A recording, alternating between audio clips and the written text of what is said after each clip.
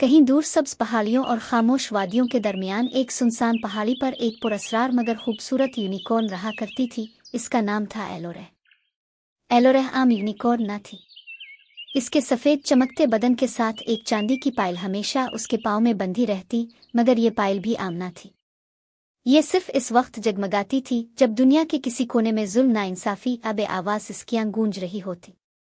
एक चांदनी रात जब सारी दुनिया नींद की गोद में थी, एलोरेह पहाड़ी की बुलंदी पर चहलकदमी कर रही थी। अचानक इसकी पायल जोर से चमकने लगी। रोशन शुआएं इसकी पायल से निकलकर एक खास समत में इशारा कर रही थीं।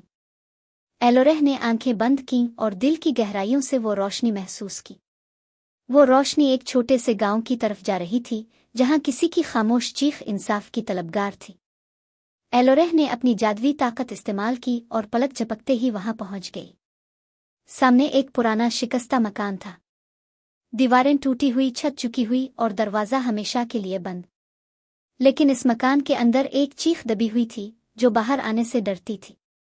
इस मकान में रहती थी एक 11 साल की मासूम बच्ची, मारिया।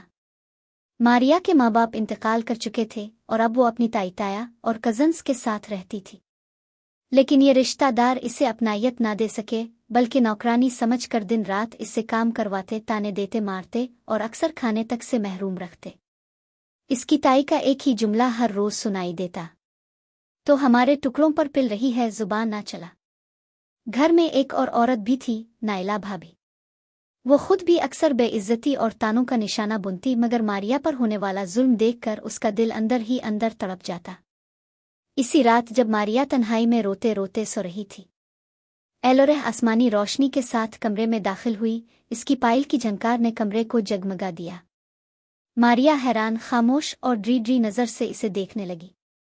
एलोरेह ने नरमी से कहा, तुम खास हो मारिया। जो तुमने सहा वो किसी जंग से कम नहीं, लेकिन अब वक्त है इंसाफ का। एलोरेह ने अपनी पायल को जमीन पर रखा और वो पायल आहिस्ता आहिस्ता एक जादुई आईने में बदल गई, एक ऐसा आईना जो सच को छुपा नहीं सकता था। आईने ने वो सब कुछ दिखाया जो मारिया ने चुपचाप सहा था। ताई की चीखें, ताया के ताने, कज़न्स के धक्के और वो रातें जब मारिया फाकों में सोती थी। एलोरेह ने ये आईना नाइला भाभी के ख्वाब में पहुंचाया।